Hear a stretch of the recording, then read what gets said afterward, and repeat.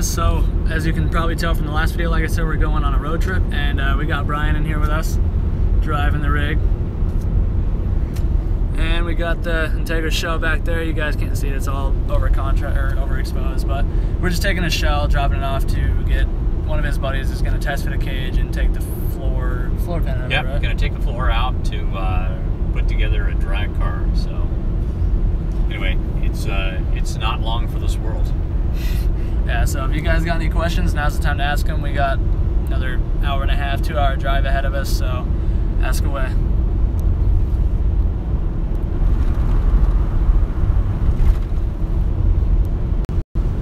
We are rolling down into India right now, which is probably about 60 miles away from where we're going. It's where Coachella is. I don't know if you've heard of that. Big music festival that's here every year. It's also where Palm Springs is, and Palm Desert, and Desert Springs, and all the other places where Hollywood types used to winter, and all the rich people used to winter. The first part as we roll into is a little more blue collar, and Palm Springs is actually off to the left. If you go back this way down the valley, you get back there to the Salton Sea. I don't know if you guys are familiar with that from the episode of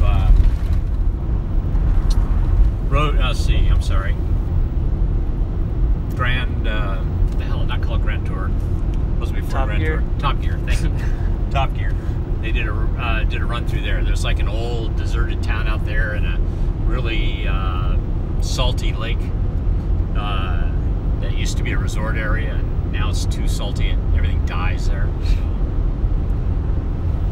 Now we're getting ready to go up through, after we get through India, we go back up a mountain range and then down into the Los Angeles Valley.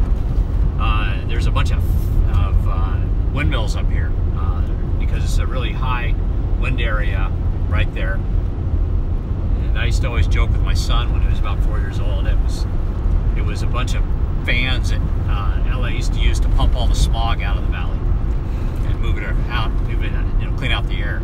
But in fact, it's kind of funny as we're driving up, you can kind of see there's a little more smog in that area where the windmills are. And most of that's probably not from this valley, it's probably coming from over the mountains. It is kind of gross. So you can literally see like the healthy air, and then it drops down to like the gross California air. Yeah. If you look off the left here, it's even more pronounced. You can see the smoke kind of. I don't know if they get inversions like they do in Arizona, but that's what it looks like. It looks like you've got a warm body of air sitting on top of and kind of mashing down the dusty, polluted air below. The joys of California. Not that I'm bad-mouthing the place, the beach is really nice. What's the first stop? The first stop is Woodfield Manufacturing. We're going there to drop off the Integra. He's going to be working on a cage for that. And then he's going to use a floor pan out of it in order to finish off a race car he's building.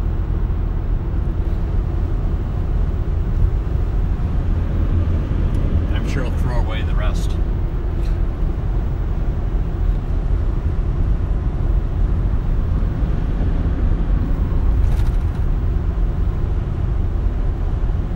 I think these are jojoba beans or grapes. I bet these are grapes actually. Making some wine. Yeah.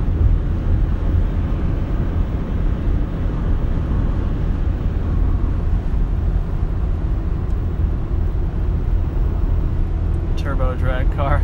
No, they got a couple of those. This Integra's pretty much dead. There's nothing to it. I don't know if you can see it.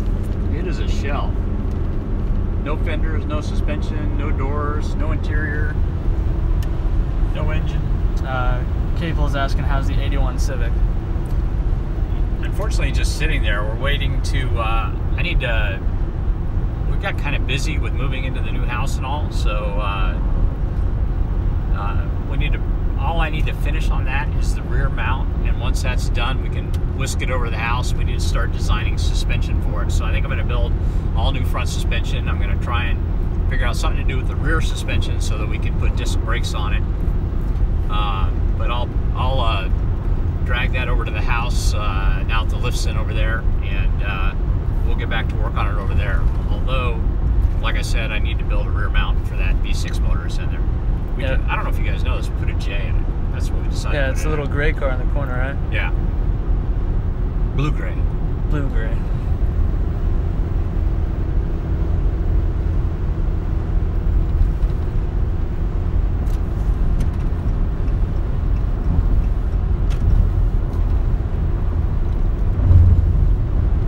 We are in beautiful Coachella.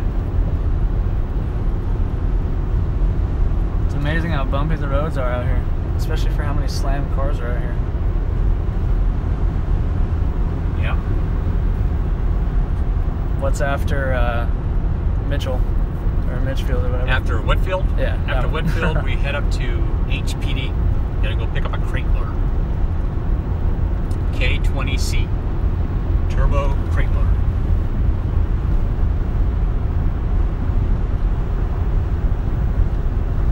Because the Type R motor that we've been messing with at the shop, that's going back in his brother's Type R. It's not going actually fully swapped into another car. Right. How did you get your hands on the ZC Mugen engine? ZC Mugen engine. Well, I don't know how much of the story I'm supposed to share. There were a bunch of those in the U.S. that were used for racing in SCCA pro racing and stuff like that. So there was a pile of those that came in the U.S. A few years ago, 3 of them came up for sale. So we grabbed all 3 of them. And let's see, one of them we sold off with a tube frame 86-9 Integra that was restored. That went back to somewhere near Wisconsin. Let's see, and one of the, I think that was a Comtech frame car originally, and then the other 2 stayed with us. One of them's kind of disassembled. We've got that one sitting in the shop, and then we've got the other complete one. The other complete one was actually modified. It was modified by Comtech Engineering back in the day and produced about 20 more horsepower than the original Mugen motor did, so we kept the good one.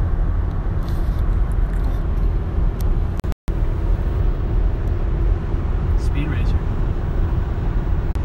Well, we're doing only 65 because of pulling a trailer, so a lot of these guys look faster than us.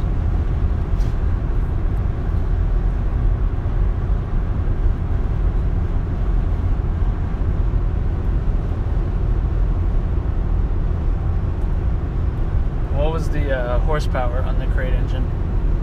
Or what numbers are they looking at? Well, the horsepower on the crate is the same as the stock Type R, 304 horsepower.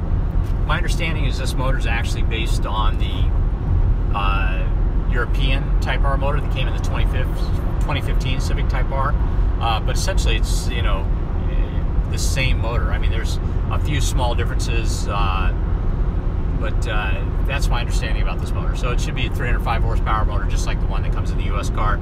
I would imagine it depends on what computer you have running it, whereas you can, you know, you might be able to tune it for more than that. If you're going to run it with a stock Bosch ECU, you're probably going to be looking at the same horsepower.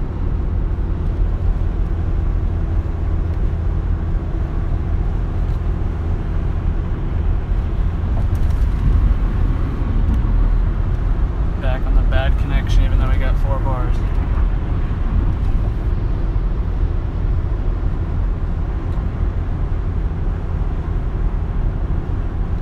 Yeah, the towers aren't particularly close to the road, so.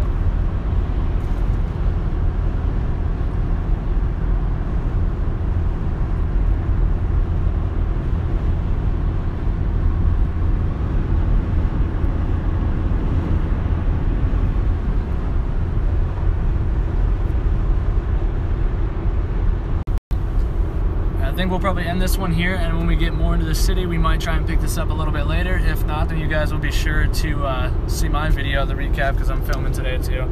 So, yeah, thanks for watching, and maybe we'll see you a little later today.